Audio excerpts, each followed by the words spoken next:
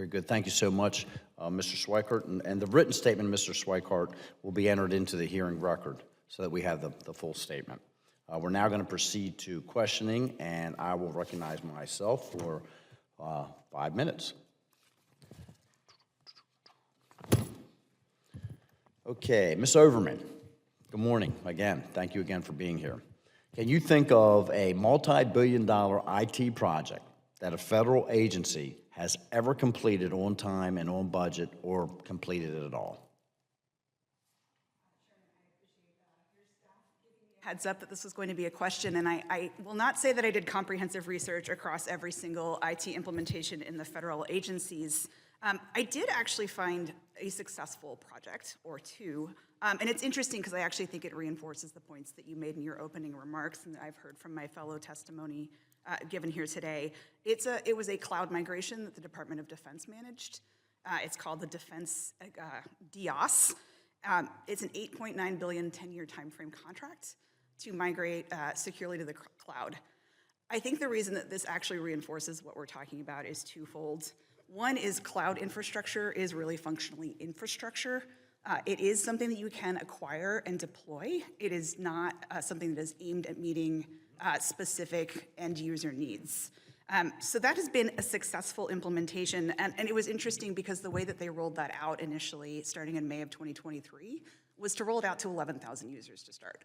Now, for some agencies that might feel like a large amount, but for DoD, who has, I think, the ultimate goal of the system is to serve 3.2 million people, that was a small starting point.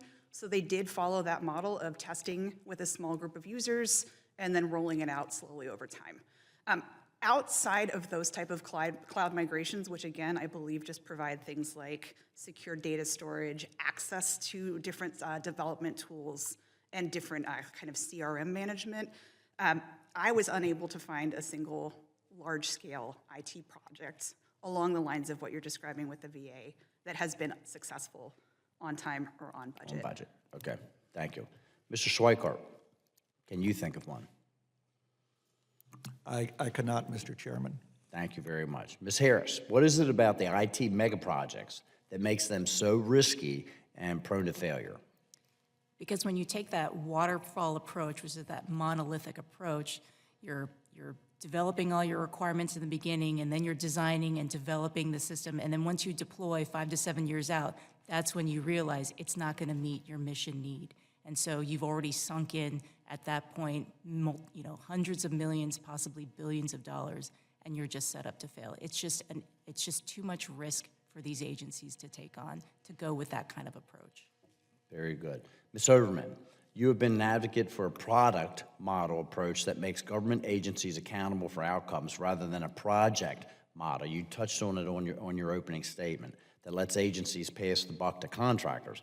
What are some examples of the product model and the project model so that the general public can understand the difference, what we're talking about? Yeah, absolutely. I do think the examples that you provided of some of these 6 VA systems are very good examples of the project model and what the challenges are with that approach, and I believe Ms. Harris also just highlighted that. I'm going to give a couple of positive examples of the product model. I mentioned the IRS direct file, which was— First time we've heard them mentioned in a favorable manner, quite frankly. Purely from a software development and deployment standpoint, it was actually quite effective. I do want to point to another project that I think actually is another component of why this type of an approach can be quite useful, which was the covidtests.org website that was launched in the midst of the COVID pandemic. If, as you all recall, COVID tests were extremely difficult to find at the time. COVIDtest.org was developed jointly by U.S. Digital Service, HHS, and the U.S. Postal Service. They developed this tool in 3 weeks, and they used existing infrastructure, and there were a few key components that went into why this program was so successful. First of all, they designed with users in mind and made the application online as lightweight as possible. So they did not try to pile on data collection, they did not try to do identity proofing. They basically made a very simple form that took less than a minute to fill out.